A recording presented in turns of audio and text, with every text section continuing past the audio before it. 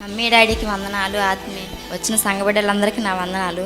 నేను చెప్పే సాక్ష్యం ఏంటంటే, గత 4 రోజుల క్రితం మా ఆయన ఆటోకి లైట్ బిగించుకోవాలని చెప్పి సామాన్లు తీసుకొచ్చి ఇంట్లో పెట్టి బిగించుకుంటున్నాడు. మా బాబు ఏం చేశాడంటే, ఆ లైటు వాడి సొంత ప్రయోగం మీద చేద్దాం అన్నట్టు ఆ చిన్న బల్బ్ ఒకటి తీసుకొచ్చి మెయిన్ బోర్డు కింద స్విచ్ బోర్డు ఉంటే తీసుకెళ్ళి డైరెక్ట్గా అందులోనే పెట్టాడు. అది కరెంట్ షాక్ కొట్టడమని లైట్ మాడిపోయి కింద పడిపోయింది. మేము ఎక్కడ తంతామని చెప్పి లైట్ వెలుగు ఆరిపోతుంటే ఏందని సౌండ్ వచ్చిన బయటకు వస్తే వాడికి కరెంట్ షాక్ కొట్టింది. అయినా మేము తిడతామనుకుని 2 చేతులు జేబులో పెట్టుకొని నడుచుకుంటూ వెళ్ళిపోతున్నాడు. షాక్తోనే గడగడ వణుక్కుంటా.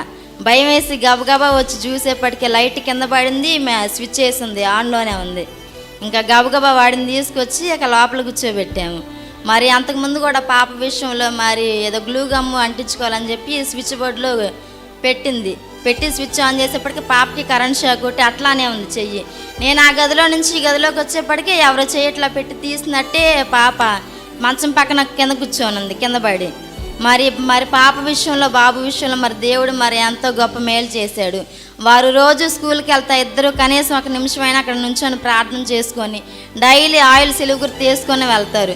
మరి అదే రీతిగా దేవుడు వాళ్ళ విశ్వాసాన్ని బట్టి మరి బిడ్డలిద్దరికీ తోడుగా ఉండి వారిని రక్షించారు. మరి అదే రీతిగా మరి ఈ సంవత్సరంలో మేము గృహం కట్టుకోగలిగాము. మరి అప్పులు ఈ సంవత్సరం డ్వాక్రా లోన్ రావటం మాకున్న అప్పులు మొత్తం తీరిపోయినాయి. ఎవరి దగ్గర రూపాయి అంటూ మేము అప్పులేము. ఇప్పుడు ఒకరు ఇచ్చే స్థానంలోనే మేము ఉండగలిగాం, కానీ ఒకరి దగ్గర చేయి చేపే స్థానంలో మమ్మల్ని నిలబెట్టలేదు దేవుడు. మరి ఎన్నో మేలు చేశాడు. గత లాస్ట్ మంత్లో కూడా నాకు జ్వరం వచ్చి మొహానికి కాళ్ళకి చేతులకు నీరు వచ్చింది. చూసిన వాళ్ళందరూ నీకేమైనా థైరాయిడ్ ఉందేమోనమ్మ టెస్ట్ చేయించుకో అని చెప్పేసి అన్నారు. ఇంకా ఆ రోజు బ్లడ్ ఇచ్చి జ్వరం వచ్చిన రోజే బ్లడ్ ఇచ్చాను. విపరీతమైన తలనొప్పి కూడా వచ్చింది. మమ్మీకి ఫోన్ చేసి ఏడ్చుకుంటా, మమ్మీ ఇలా జరిగింది మమ్మీ, రిపోర్టుల కోసం బ్లడ్ తీసుకున్నారు మమ్మీ, రిపోర్ట్స్ ఏమొస్తాయి అని భయంగా ఉందనంటే, ఏం కాదమ్మా నార్మల్ అని వచ్చింది, నువ్వేం భయపడొద్దు అని అన్నారు. నేను ఇంకా అట్లా జరిగిన తర్వాత సాయంత్రానికే రిపోర్ట్లు వచ్చినాయి.